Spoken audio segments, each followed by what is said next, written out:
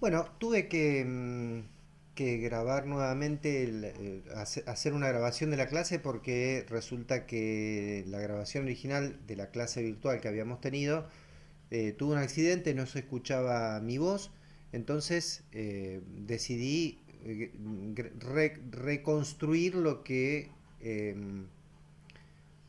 hicimos en la clase virtual del jueves pasado, ¿sí? Entonces, em, ahora lo que vamos a hacer es ver el videíto que vimos en la clase sincrónica que tuvimos el jueves. Vamos a ver el video de Pinot. Después del video de Pinot voy a hacer algunos aportes, algunas aclaraciones con relación a ese video. Y a continuación del video donde de pronto me explayo un poco más sobre el texto de Pinot de ¿Por qué triunfó la escuela?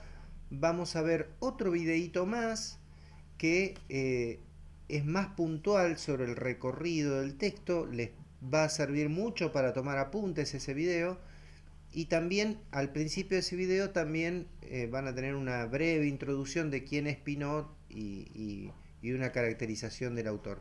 Así que bueno, los invito a ver ahora entonces el video donde Pinot, el autor del texto, explica por qué triunfó la escuela y continuamos como les había indicado. Bueno, nos estamos viendo esta noche en el nuevo encuentro sincrónico del día martes. Gracias.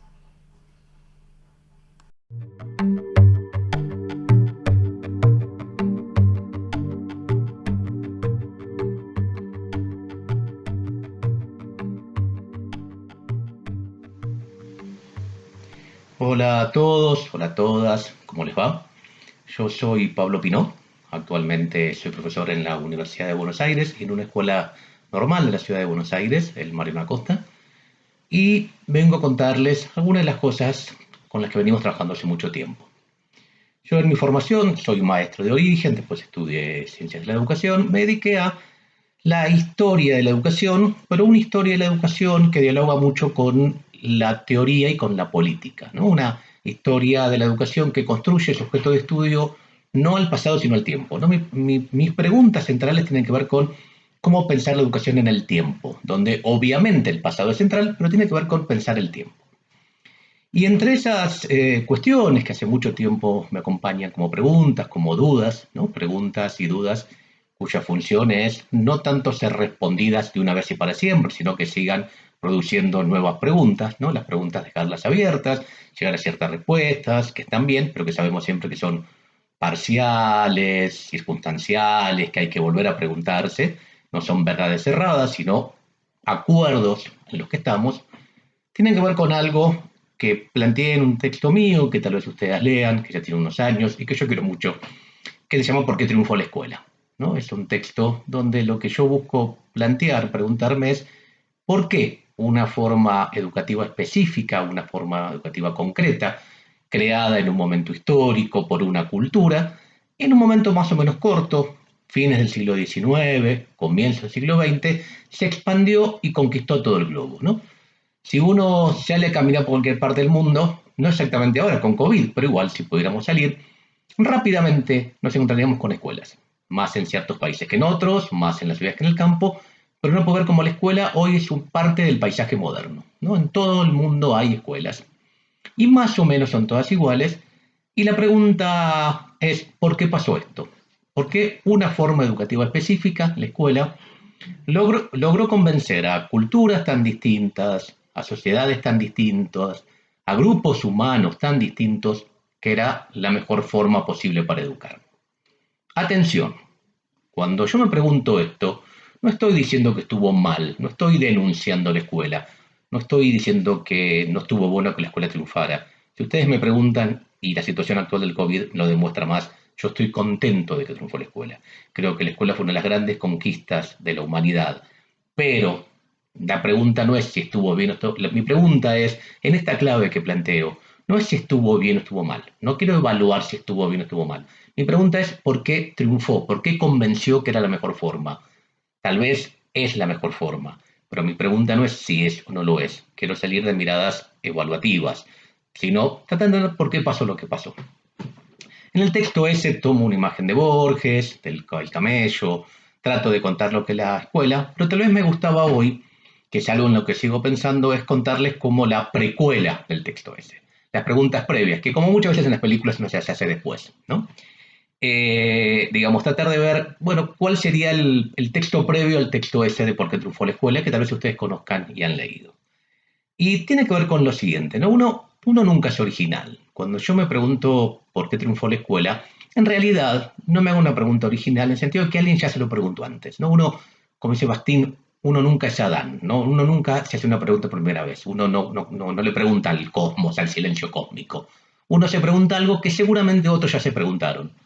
Probablemente con otras formas, de otras cuestiones, pero alguien ya se preguntó por qué triunfó la escuela. Entonces, el primer paso que hay que dar en esta precuela es tratar de ir a ver, bueno, ¿qué respuestas hay a esta pregunta? Hacer lo que llamamos el estado del arte. Ir a la bibliografía a ver qué se dijo al respecto. Ver libros de educación, libros de pedagogía, historias de la educación, cómo contestaron a la pregunta por qué triunfó la escuela. Por supuesto, yo no voy a encontrar seguramente esta forma, y ese es mi trabajo de lectura, ¿no? No voy a encontrar una frase que diga la escuela triunfó por esto, pero uno presupone que en forma explícita o implícita, siempre atrás de un libro que habla sobre escuela está la respuesta de por qué triunfó. El trabajo de uno como lector es acercarse a esto, y un poco lo que les quiero plantear aquí es, si yo hiciera este trabajo de intentar ir a la bibliografía, a la biblioteca, a lo que está escrito, a ver qué se dice, por qué triunfó la escuela, puedo encontrar algunas respuestas más o menos comunes, que les voy a llamar como tesis, ¿no? Como, bueno, estos intentos de explicación. Una de las primeras hipótesis que voy a encontrar, la menos explicativa de todas, va a decir que lo voy a llamar la tesis evolutiva, ¿no? La escuela triunfó porque fue la mejor forma educativa. La educación fue mejorando, fue evolucionando hasta que llegó a la forma escolar. La escuela sería la mejor forma posible educativa. Triunfó porque tenía que triunfar, digamos, porque es la mejor forma educativa. Entonces es una mirada muy que va evolucionando, que va mejorando, que presupone que todo lo que quedó atrás tiene sentido solamente si es una escuela. Y es una hipótesis bastante poco explicativa, pero voy a encontrarlo, porque, digamos, es una, diríamos en filosofía, una tautología, algo que se explica sobre sí mismo. La escuela triunfó, ¿y por qué triunfó? Porque tenía que triunfar. ¿Y por qué tenía que triunfar? Porque triunfó, ¿no? Que no aporta, sino que es el triunfo, que la escuela haya triunfado es la prueba de que tenía que hacerlo.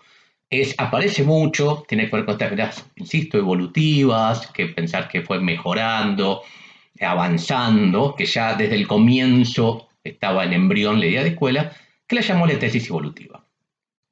Junto a esta tesis, que insisto es poco explicativa, voy a encontrar otras tesis que van a intentar proponer, vincular al fenómeno escolar, a la escuela, con el contexto en donde se llegó. ¿Sí? Por ejemplo, algunos van a plantear que la escuela es hija de la Revolución Francesa. ¿En qué sentido? Bueno, la escuela triunfó, o la idea de escuela apareció cuando triunfaron las revoluciones burguesas, cuando el ciclo revolucionario, Francia, las independencias de nuestro continente entran en el mismo lugar, plantearon la creación de un nuevo sujeto político, el ciudadano. Hubo que formar el ciudadano. ¿Sí? El viejo súbdito del modelo feudal, que respondía a la monarquía, dio lugar al ciudadano. ¿Y qué es un ciudadano? Un ser que tiene una cantidad de deberes y derechos, soberano, que delega la soberanía en otros mediante actos de votación. Hay representados, hay representantes, se arma toda la cultura política del modelo republicano, ¿sí? Del modelo liberal, digamos.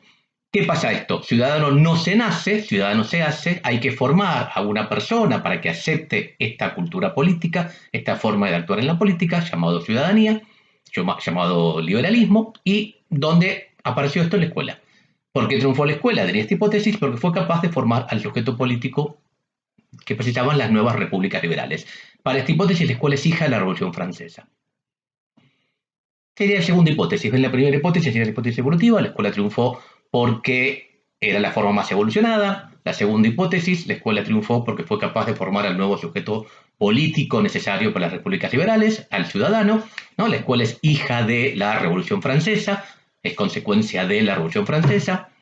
Una tercera hipótesis va a plantear que la escuela triunfó al mismo momento que aparece el capitalismo, un nuevo modo de producción, una nueva forma de pensar en la fuerza de trabajo. Trabajar en el capitalismo no es lo mismo que trabajar antes, tiene que ver con aceptar la propiedad privada, la monetarización de la economía, el cumplimiento de los roles en la fábrica, la puntualidad, la asistencia, la idea de que si yo fabrico algo, eso no me da derecho a quedármelo, etcétera. Hubo que formar al proletario, este nuevo sujeto trabajador que responde a las lógicas del mercado capitalista. Como en el caso anterior, proletario no se nace, proletario se hace. Hay que enseñarle a la gente que trabajar es trabajar de esta forma, cumplir con estas pautas de trabajo, y se dieron cuenta rápidamente que era mejor enseñárselo de chicos que de grandes, entonces inventaron la escuela. Para esta hipótesis, la escuela es hija del capitalismo. Digamos, surgió porque fue capaz de formar al sujeto trabajador que precisaba el capitalismo. Tercera hipótesis. La escuela como producto de la evolución, la escuela como formadora del ciudadano, la escuela como hija del capitalismo. Cuarta hipótesis. Esta hipótesis es una hipótesis más cultural, que va a decir que la escuela es hija de la imprenta, ¿no? La imprenta, la creación de la ampliación de la lectoescritura implicó cambios culturales importantes. La idea de que todo el mundo tiene que alfabetizarse. ¿Por qué? Porque cuando uno se alfabetizó, la alfabetización no es solo un problema tecnológico, sino una forma de concebir el mundo. La gente, los que somos letrados, los que estamos alfabetizados, entendemos el mundo de forma distinta de quien no lo es. Ni mejor ni peor, pero distinta. Hubo que lograr que todo el mundo aceptara que lo escrito valía más que lo dicho. Hubo que lograr que todo el mundo aceptara que era importante leer y escribir, digamos, otorgarle un poder a la palabra escrita, que entendiera la importancia de lo escrito, el escriturado, y donde, ¿quién se ocupó de alfabetizar a la gente? O por lo menos de enseñarle que ser alfabeto vale más que no serlo, la escuela. ¿No? Para esta hipótesis, que fíjense que pone más el hincapié en lo cultural, nombre alguna pone más el hincapié en lo político, la ciudadanía, en lo económico, el capitalismo está en lo cultural, se iba a plantear que la escuela es hija de la imprenta. La escuela triunfó porque fue capaz de alfabetizar a las masas. Cuarta hipótesis. Quinta hipótesis, que un poco se va a pelear con todas estas, que dice la escuela es una conquista social. ¿Sí? La idea de que las sociedades se dividen en dominados y dominantes, los dominantes intentan monopolizar el conocimiento, los dominados romper el monopolio del conocimiento y luchan, la historia de la educación es la historia de las luchas para romper el monopolio del conocimiento. ¿Sí? La escuela es parte de, de esta cuestión. La escuela en un momento fue cuando los grupos, primero la burguesía y después el proletariado, obtuvieron el derecho a la educación.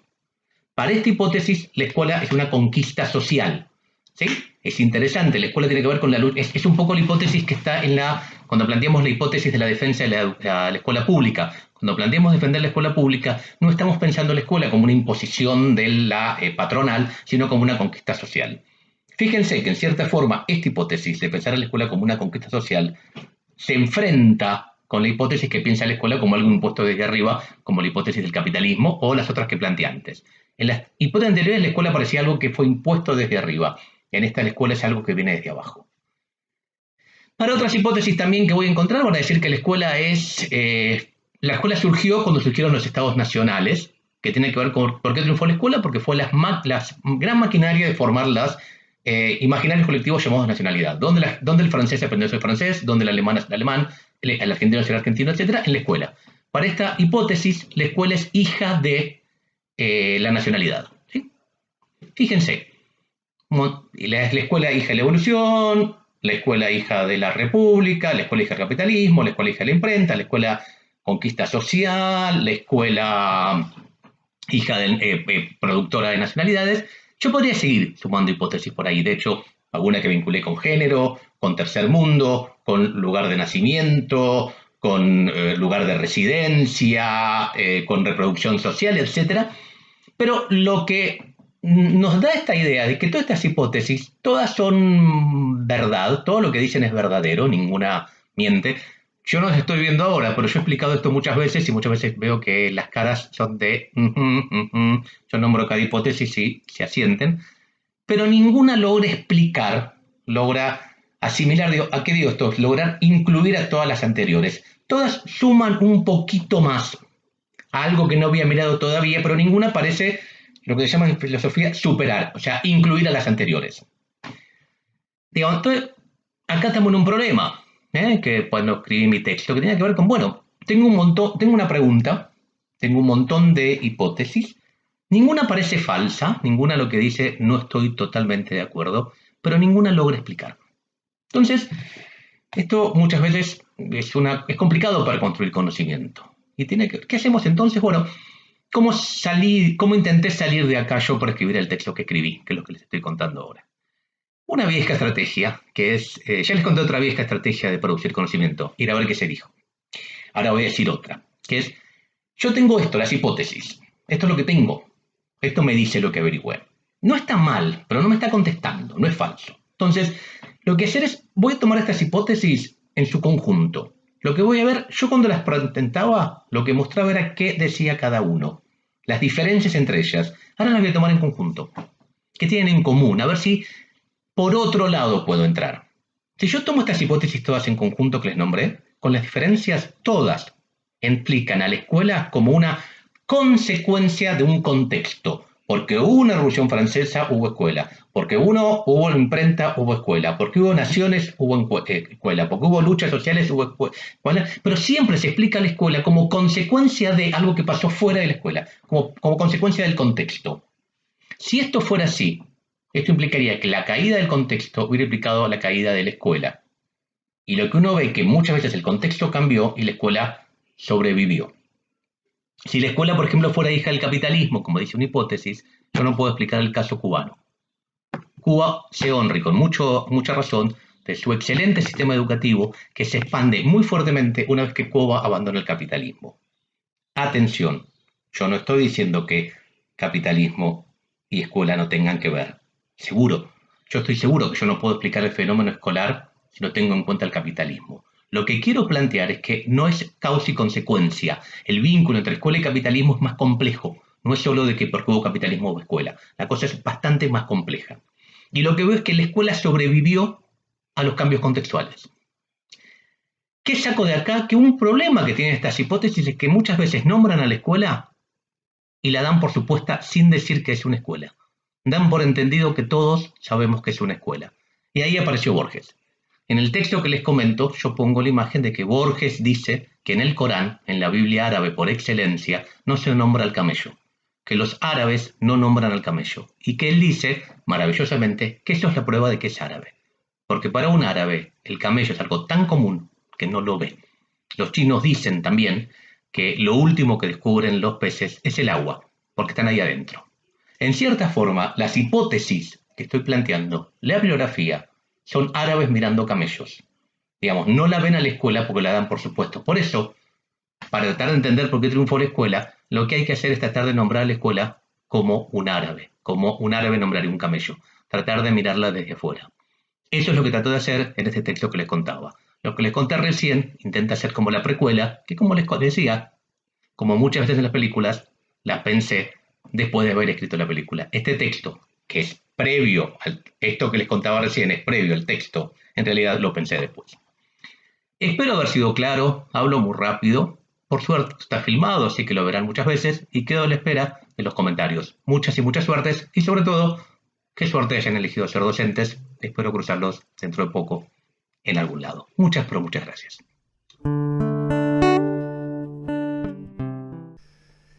Bueno, tuve que grabar de vuelta un videíto para completar un poco, ¿cómo se llama? Este, terminar de cerrar un poco lo que planteaba Pinot. Grabo de vuelta este video porque lamentablemente cuando grabé la clase no se escuchaba mi voz, entonces eh, lamentablemente tengo que hacer de vuelta el resumen o complementar algunas cosas que desarrolla Pinot en el video, ¿sí? Algunas cuestiones, bueno, como ustedes vieron a través del video de Pinot, uno de los autores o el autor de este texto de ¿Por qué triunfó la escuela? Él arroja una serie de 6 hipótesis aproximadamente que tienen que ver o que explican cómo el contexto o cómo desde afuera se explica la escuela en función de la Revolución Francesa, de formar al ciudadano, ¿sí? La escuela como hija del capitalismo era otra de las hipótesis, ¿sí? Revolución Francesa, uno. Dos, formar al ciudadano. Tres, la escuela como hija del capitalismo. 4, la escuela como hija de la imprenta y del proceso de alfabetización y podríamos decir de un proceso de ilustración general en la sociedad moderna. 5, la escuela como conquista social, ¿sí? La escuela explicada como el proceso de luchas sociales que dan lugar a la construcción de una forma de escuela, ¿sí? Y por último, la escuela como constructo de la nacionalidad. Vamos a repasar un poquito algunas de estas cuestiones, ¿sí? Y después de hacer toda esta evaluación de los distintos contextos que explican la escuela, Pino dice, bueno, pero ¿cómo explicamos el triunfo de la escuela como un valor en sí mismo? Es decir, ¿cómo podemos explicar el triunfo de la escuela en función de la realidad misma de la institucionalidad escolar, ¿sí? Vamos a hacer un pequeño repaso, ¿sí? Si entendemos la escuela como producto de la Revolución Francesa, lo tenemos que remitir, y en este sentido eh, retomo algunas ideas, ¿sí? Nosotros vimos en el texto de Jaime Trilla, en el aula, en las clases presenciales que tuvimos, eh, cómo en ese proceso de triunfo de la burguesía sobre la nobleza y el poder eclesiástico, el Estado republicano se apropia de la hegemonía que tenía sobre el sistema educativo la Iglesia, ¿sí? Esa hegemonía estaba o radicaba básicamente en la posesión de los lugares físicos donde la gente concurría a recibir algún tipo de instrucción educativa, ¿sí? Instrucción formativa. Los revolucionarios franceses, ¿qué hacen? Bueno, expropian a la escuela, ¿sí? De todas estas instituciones y expropian o eh, disputan la hegemonía que la iglesia tenía sobre la formación de la población en su conjunto, ¿sí? A partir de que se da este proceso de apropiación, bueno, la escuela entonces pasa a formar a los ciudadanos que van a ser parte, van a ser miembros de una república, ¿sí? En este proceso hay algo interesante porque decimos, bueno, ¿qué es formar un ciudadano? ¿Qué es constituir un ciudadano?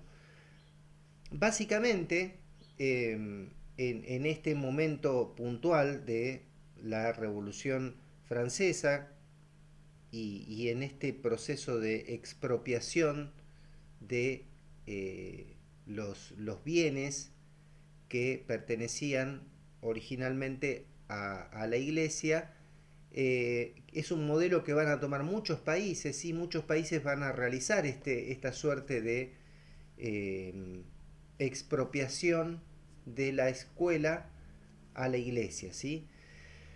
Para formar, decíamos, ciudadanos. ¿En torno a qué? ¿Cómo se forman los ciudadanos? Bueno, hay tres valores que son fundamentales en el liberalismo, que son los valores de libertad, igualdad y fraternidad, ¿sí? ¿Qué tienen en común estos tres valores? Bueno, que estos tres valores están remitidos al ciudadano, ¿sí? Al ser humano, a la persona, como el centro de interés del gobierno republicano, ¿sí? Es decir, hoy lo que tiene un verdadero valor, y en esto radica la, la, la virtud del liberalismo como ideología dominante, es el ciudadano en el centro, ¿sí? El ciudadano con su libertad, con su igualdad y con la fraternidad, ¿sí? Hoy, para utilizar un concepto más cercano cuando hablamos de fraternidad, hablamos de solidaridad, ¿sí? Y esto me parece muy interesante, y muy interesante incluso para pensar la realidad actual, del presente, ¿sí? Es decir, no alcanza con la libertad, ¿sí? Porque todos libres podemos ser libres todos, podemos ser libres de eh, desarrollarnos como sujetos de una economía, podemos ser libres de opinar y decir algo, eh, podemos tener diversas, libertad de opinión, libertad de circular libremente por el territorio y un montón de cuestiones que incluso las vemos reflejadas en los textos constitucionales, en nuestra propia constitución, ¿sí? Eh, Ahora bien, después viene el concepto de la igualdad. El concepto de igualdad es un concepto que se tiene que trabajar en común acuerdo con el anterior porque la igualdad supone que todos tenemos iguales posibilidades o iguales condiciones. Y ahí quiero hacer un paréntesis. Iguales, somos todos iguales ante la ley, ¿sí? Somos todos, tenemos todos la igualdad de acceder a ciertas condiciones, ciertos beneficios del desarrollo de la sociedad y del modernismo. Ahora bien, ¿qué pasa? En lo concreto, en el plano de lo real y ya no en lo abstracto, las personas no partimos de condiciones iguales. Todos tenemos distintas circunstancias geográficas, sociales, económicas, culturales que nos hacen diferentes, ¿sí? Entonces, para que esa igualdad, esa desigualdad de origen se convierta en una igualdad de posibilidades y para que todos podamos disfrutar en libertad de esa igualdad, hace falta el tercer elemento, ¿sí? Y esto me parece muy interesante del ideario liberal, que es el elemento de la solidaridad o de la fraternidad, ¿sí? ¿Qué dicen los teóricos del liberalismo? Bueno, básicamente lo que dicen es que el concepto de libertad y el concepto de igualdad sin el cemento, sin la amalgama que es la fraternidad, la solidaridad, caen en saco roto, ¿sí? Es decir, caen vacíos. Yo durante la clase, el encuentro virtual que tuvimos, explicaba, daba el ejemplo de el esqueleto de una mujer que encontraron, una mujer de miles, decenas de miles de años, que se le hacen las pruebas de carbono y la investigación para determinar si el esqueleto pertenecía a un hombre o a una mujer, se descubre, se determina que ese esqueleto, por la fisonomía de los huesos, pertenecía al esqueleto de una mujer. Otra cosa que se encuentra en ese esqueleto es que esa mujer, mucho antes de morir, había tenido un accidente y ese accidente estaba reflejado en uno de los fémurs de la pierna, es decir, se había quebrado una pierna. ¿Y por qué cuento todo esto?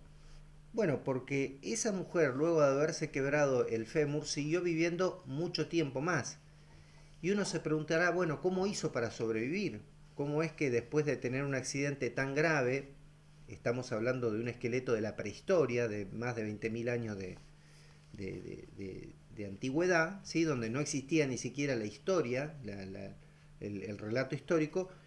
Bueno, sin embargo, esa mujer con con ese accidente y con el hueso soldado, siguió viviendo mucho tiempo más y después murió, pero no murió como consecuencia de, perdón, de, de ese accidente. Perdón. ¿Esto qué explica? Explica que esa mujer sobrevivió gracias a integrar un colectivo, ¿sí? Integrar una manada, un grupo, una sociedad, ¿sí? Alguien dijo, bueno, no te vamos a dejar acá, vamos a tratar de reparar este hueso y te vamos a llevar con nosotros porque vos sos parte de un conjunto, ¿sí? Bueno, me parecía interesante recalcar en cuáles son estos valores pensando la escuela como formación de ciudadanos, ¿sí? Pasemos sí, al otro elemento, ¿sí? El otro elemento es la aparición de la imprenta, ¿sí? Y vamos a graficar muy bien qué implica la aparición de la imprenta. La aparición de la imprenta básicamente es la posibilidad de eh, traducir texto del manuscrito a una impresión sobre papel, ¿sí? Y acá suceden dos cosas, porque la aparición de la imprenta viene de la mano con la posibilidad de traducir textos del latín, que era el idioma más, eh, era el idioma difundido y era el idioma que utilizaban las personas que podían tener acceso a una alfabetización, a otros nuevos idiomas, ¿sí? Que son los idiomas romances. ¿Cuáles son los idiomas romances? Bueno, son todos aquellos idiomas que surgen del latín. Podríamos mencionar el castellano, el portugués, los dialectos de la península itálica, que después, a principios del siglo XX, 1912, se ponen de acuerdo los ciudadanos de la península para decir, bueno, de todos estos dialectos vamos a armar un idioma que sea el italiano, ¿sí? El italiano tiene existe hace más de 112, 113 años, ¿sí? 112 años concretamente. Eh, y bueno, muchos otros idiomas más que son derivados del latín. ¿Cuál es la importancia entre los idiomas y la imprenta? Bueno, que a través de la imprenta muchos textos que estaban en latín se van a traducir a los idiomas romances, que eran los idiomas que se hablaban entre la población y que no poseían una gramática, una escritura propia. Entonces, a partir de la imprenta sí van a aparecer las características generales idiomáticas de todos de todas las hablas o de todos los hablas, no sé si lo estoy expresando apropiadamente, que procedían del latín, ¿sí? Eh, la idea de la escuela como conquista social también me parece importante, ¿sí? Porque eh, parte de la idea de que la escuela es producto del Estado como eh, hegemonizador o como concentrador del monopolio del conocimiento, ¿sí? Es el Estado el que va a fundar un sistema escolar al cual, con el cual se va a pretender una suerte de alfabetización o ilustración generalizada de la población. Pero ¿qué pasa? Cuando esa población ingresa al sistema educativo, empieza a disputar este, esta hegemonía de los estados, ¿sí? De los estados propiamente dicho, y los gobiernos circunstanciales, eh, para hacer de la escuela un lugar de lucha y de construcción colectiva, construcción social, ¿sí? Eh, bueno, entonces de ahí se deriva la idea muy generalizada y muy presente en nuestra sociedad de que la escuela es pública, ¿no? Y la escuela es pública y bueno, y acá aparece la primera pregunta, ¿no? Que una pregunta que se responde a sí misma. La escuela es pública. ¿Por qué es pública? Porque la crea el Estado en torno a la noción de que es un bien colectivo de una sociedad, ¿sí? O la escuela es pública porque quienes integran esa escuela tienen la posibilidad de eh, expresar libremente sus ideas, sus pensamientos, más allá de los dictados de los contenidos curriculares. Disculpen, no sé si se está escuchando un golpe, alguien está haciendo un ruido, no lo puedo evitar, sigo adelante con la grabación. Eh, digo, ¿la escuela es pública entonces porque la crea el Estado o porque en la escuela puede circular libremente la palabra? ¿Sí? Es decir, porque quienes son protagonistas de la escuela tienen la posibilidad de construirla desde su perspectiva, desde su lugar, ¿sí? Me gusta a mí quedarme con esta idea de que la escuela es pública porque en ella, quienes integramos en ella, podemos democráticamente expresar nuestras ideas, nuestros pensamientos, debatir, ¿sí? Más allá de las diferencias o justamente en función de esas diferencias. Bueno, estas son un poco las explicaciones contextuales de la escuela, ¿no? Y hay otras más, ¿sí? El autor la resume en 5 o 6 y hay otras más. Cada una de estas situaciones que explicarían por qué triunfó la escuela o por qué la escuela es tan importante para la sociedad moderna, se remiten al contexto. Y acá viene lo interesante de lo que plantea Pinot, que es esta cuestión de que el contexto va a cambiar, va a modificar, va a ser un contexto diferente en un país, la escuela va a tener características culturales según distintas según las sociedades que la, la utilizan como este como elemento de cohesión social, ¿sí? Pero en definitiva, lo que es claro es que ninguna de estas hipótesis explica la escuela por la escuela en sí misma, ¿sí? Y estos contextos van a cambiar, van a variar, van a ir, van a venir, pero siempre permanece la escuela. Y este punto es importante porque acá hay que explicar lo que Pinot sostiene como eh, eh, la herramienta, la metáfora que utiliza Pinot es la metáfora del camello, ¿sí?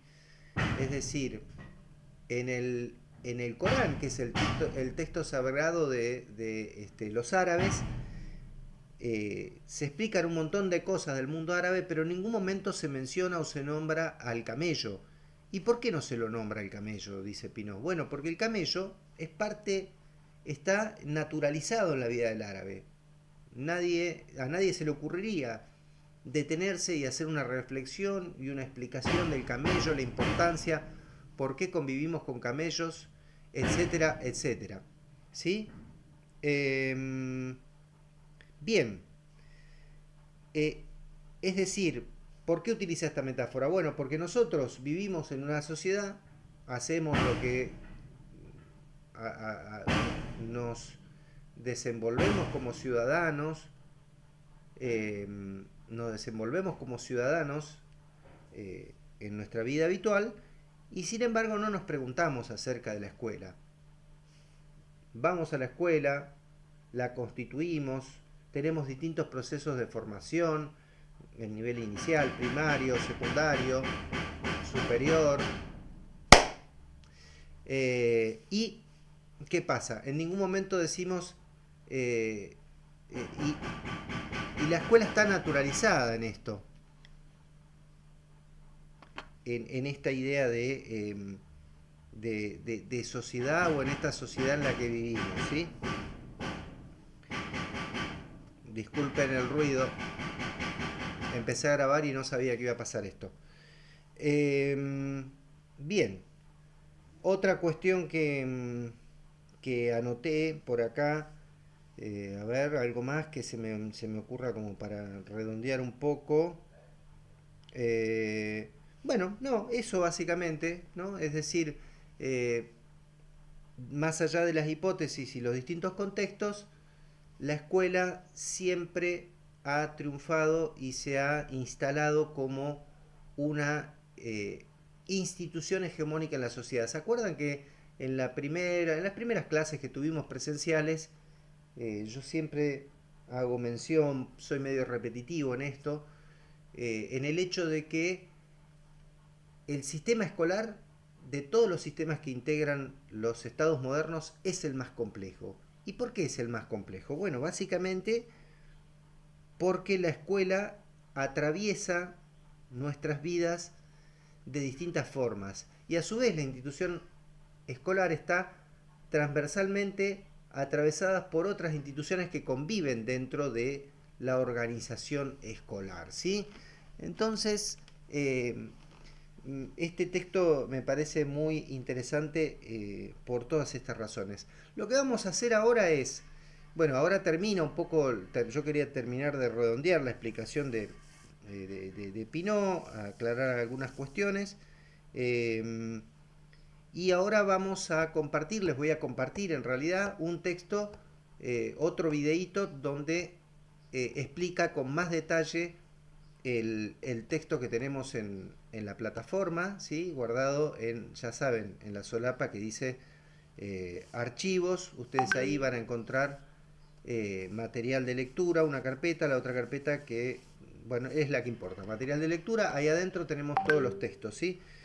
Bien, los dejo entonces ahora con el segundo video que explica con más detalle el texto, por qué triunfó la escuela, y también nos cuenta algo más acerca de la formación y la trayectoria de Pinó. Bueno, muchísimas gracias y seguramente nos vamos a estar viendo esta noche.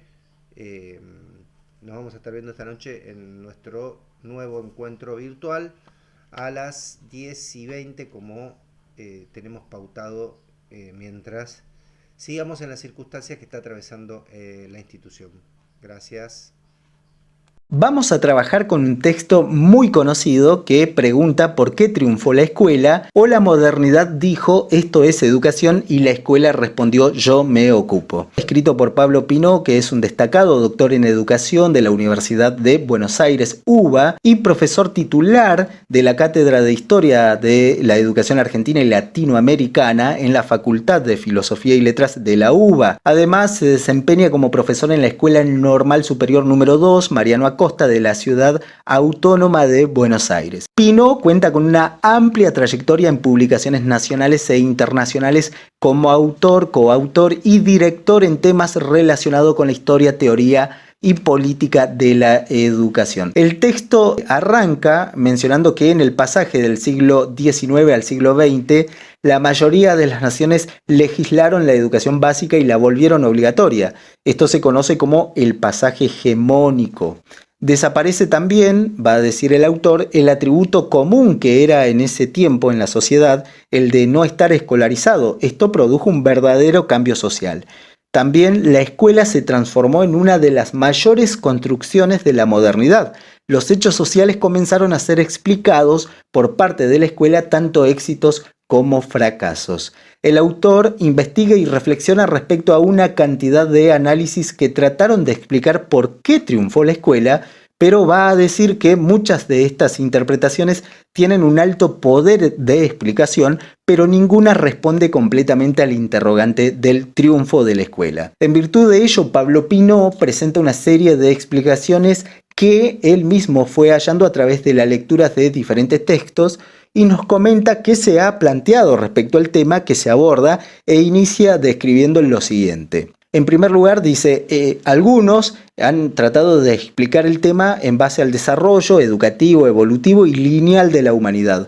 Otros buscaron problematizar esta cuestión. Hay un tercer punto que dice que la escuela es un epifenómeno de la escritura y sitúa justamente, o cita, mejor dicho, a Marshall y McLuhan cuando refieren a esto. Analiza un cuarto punto que tiene que ver con el condicionamiento ideológico y político y va a decir que, por ejemplo, para los liberales, la escuela es un dispositivo de generación de ciudadanos, mientras que para algunos marxistas, la escuela es una generación de proletarios.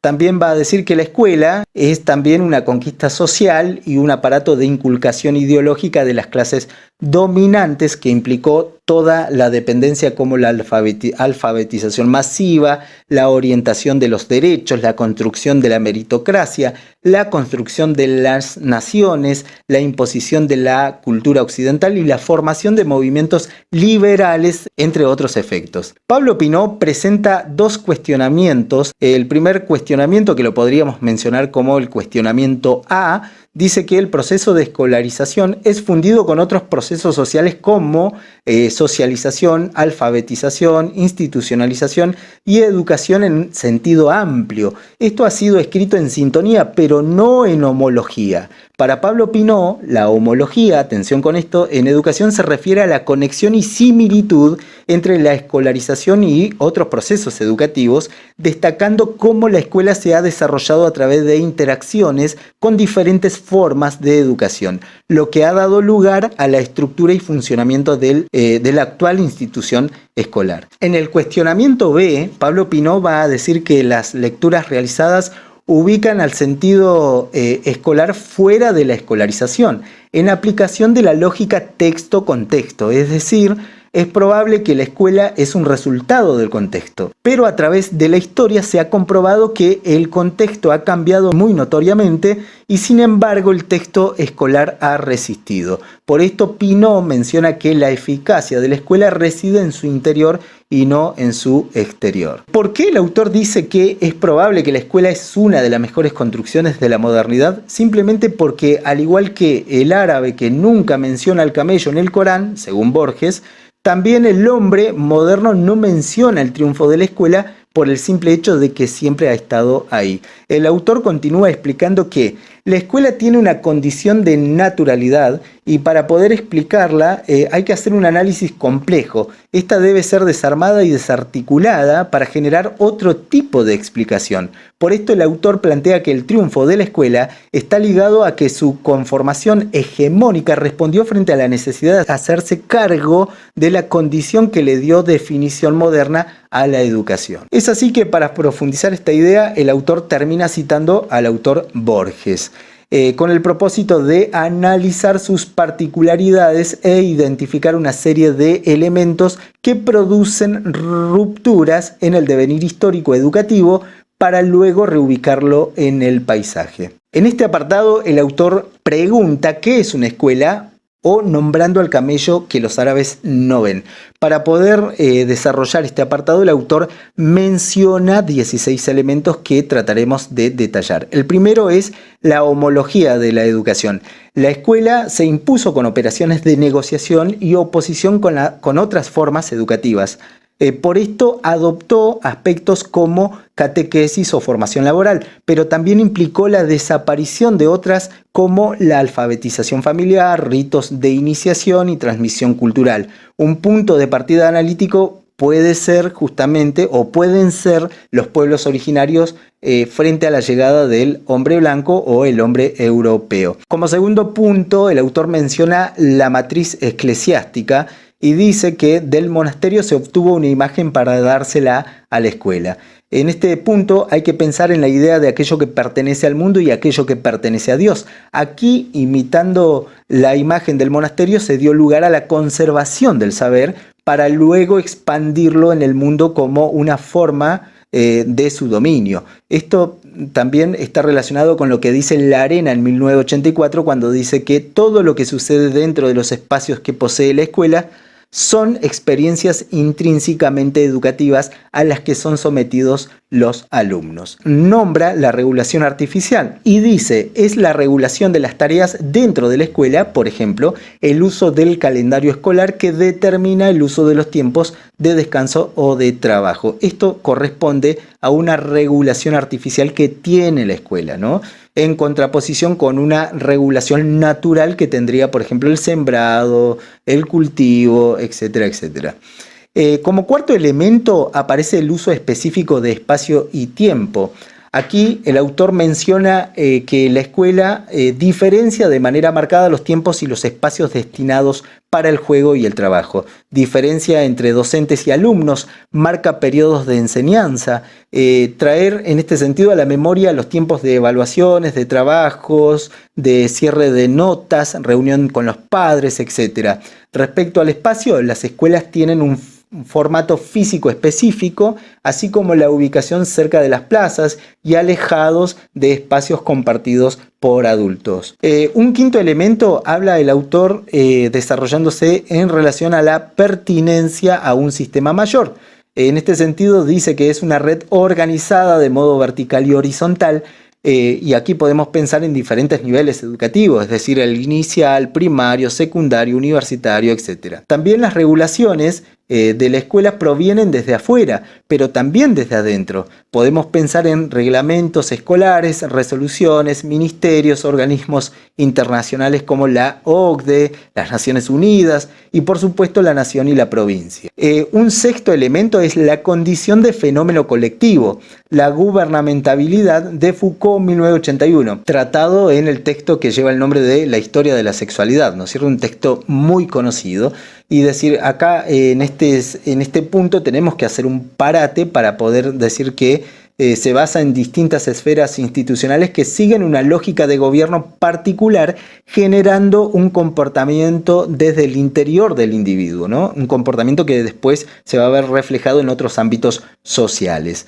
Aquí particularmente se produce la superación del modelo preceptorial, es decir, la enseñanza individual, para establecer la estrategia de enseñar a muchos a la vez. Esta es una práctica económica y también aquí, dentro de este análisis de este elemento, el autor va a nombrar que se constituye el campo pedagógico y la reducción a lo escolar que se produce a finales del siglo XVII, que vamos a desarrollar un poquito más adelante.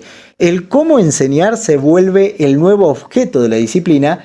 Aquí se produce el ordenamiento del campo pedagógico y también el autor, en este caso Pablo Pino, va a decir que acá en este siglo, que es el XVII, se constituye el campo pedagógico y se reduce el contenido que está afuera a lo escolar. También para tener en cuenta y poder analizar en profundidad el campo pedagógico, recordemos a Comenio y también a Juan Bautista Vico Raticius, que son importantes para poder saber cómo se constituye ese campo pedagógico. Elemento 7 tiene que ver con la formación de un cuerpo de especialistas dotados de tecnologías específicas.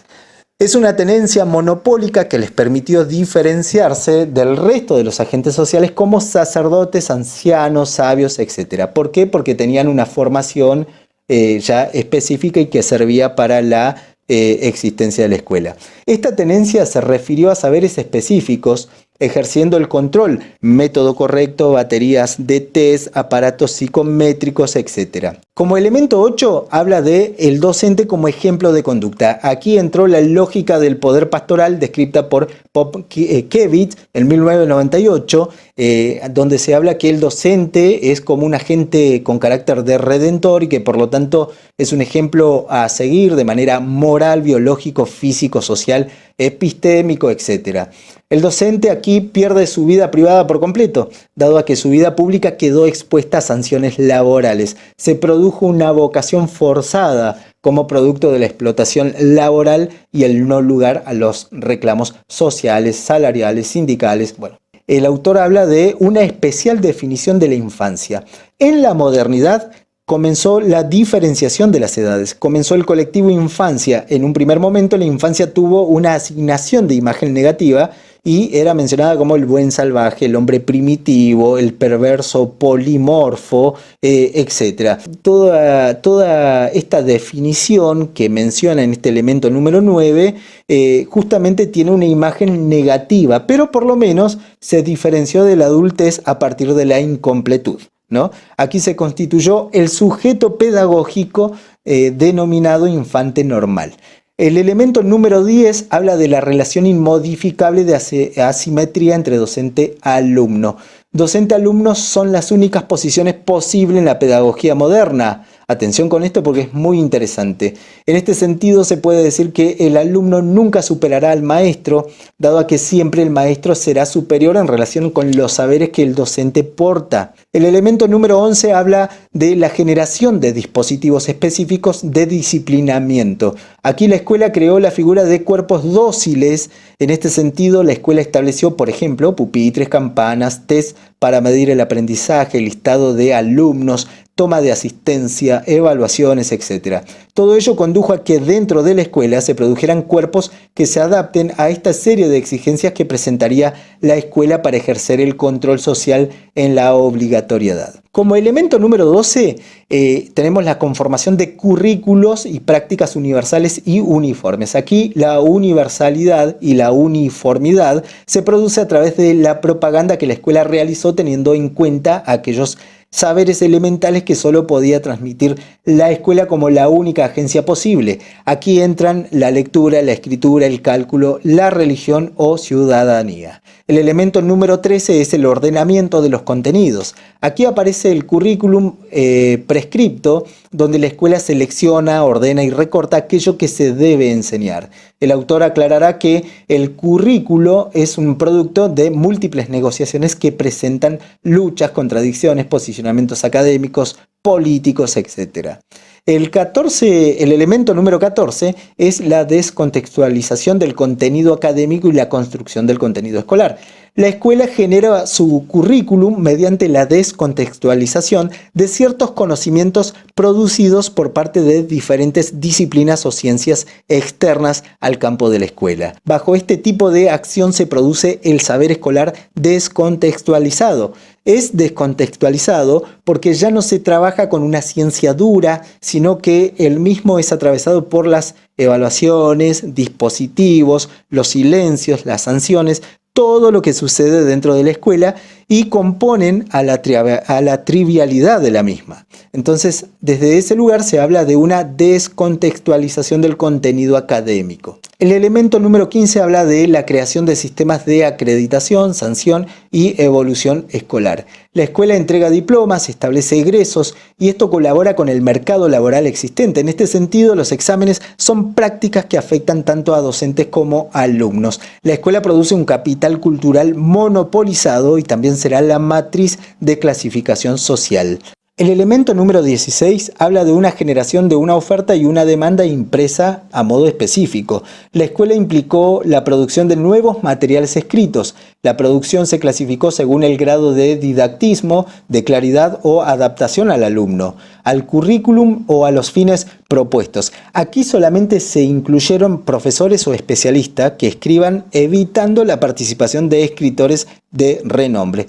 En este apartado, que lleva el nombre de La escolarización como empresa moderna o En qué somos árabes mirando el camello, el autor, luego de analizar los elementos anteriores, llega a la conclusión de que puede plantear la hipótesis de que la constitución de la escuela es un fenómeno de rupturas y acomodaciones en su devenir, descartando así la hipótesis que describe que la escuela es un fenómeno de la evolución lógica y natural de la educación. El autor recordará lo que ya ha mencionado, es decir, la institución de los saberes del campo pedagógico como saber de gubernamentabilidad, esto es lo que dijo Foucault en el año 1981, exhibiendo importantes avances en la alfabetización más o menos institucionalizada, avances en la segregación de la infancia y el establecimiento de saberes básicos. Todo esto se produce en el siglo XVII. Después va a mencionar el trabajo de Immanuel Kant en el siglo siguiente, es decir, el siglo XVIII, donde teorizó respecto a las cuestiones mencionadas anteriormente por el autor. En este caso, Kant entroncó, va a decir Pablo Pinó, las teorizaciones de los siglos XV, XVI y XVII, ¿no? Permitiendo establecer las premisas modernas de la educación con la Ilustración. Aquí se llegará a la conclusión inicial de que la educación es la piedra de toque del desarrollo humano. También es importante mencionar que Pablo Pinó dice que en el siglo XVIII aparecen también los planteos de Locke, Condorcet, Voltaire y Rousseau, que avanzaron en la construcción de la escuela como forma educativa por excelencia. No obstante, se resalta que en el siglo XIX hubieron tres discursos muy importantes. En este caso el autor menciona al liberalismo, es decir, la condición política e ideológica, al positivismo y el aula tradicional, donde el autor se detiene y justamente desarrolla el avasallamiento del método simultáneo. A estos discursos se le sumaron otros como el higienismo, los nacionalismos, los normalismos, los del asistencialismo, el pragmatismo, el materialismo, el sensualismo, etc. Entonces el autor llega a la conclusión de que los procesos de aprendizaje quedaron conformados por el siguiente triángulo. El primer punto dice: el alumno es pasivo y vacío, reductible a lo biológico y social, se debía controlar su cuerpo y formar su mente.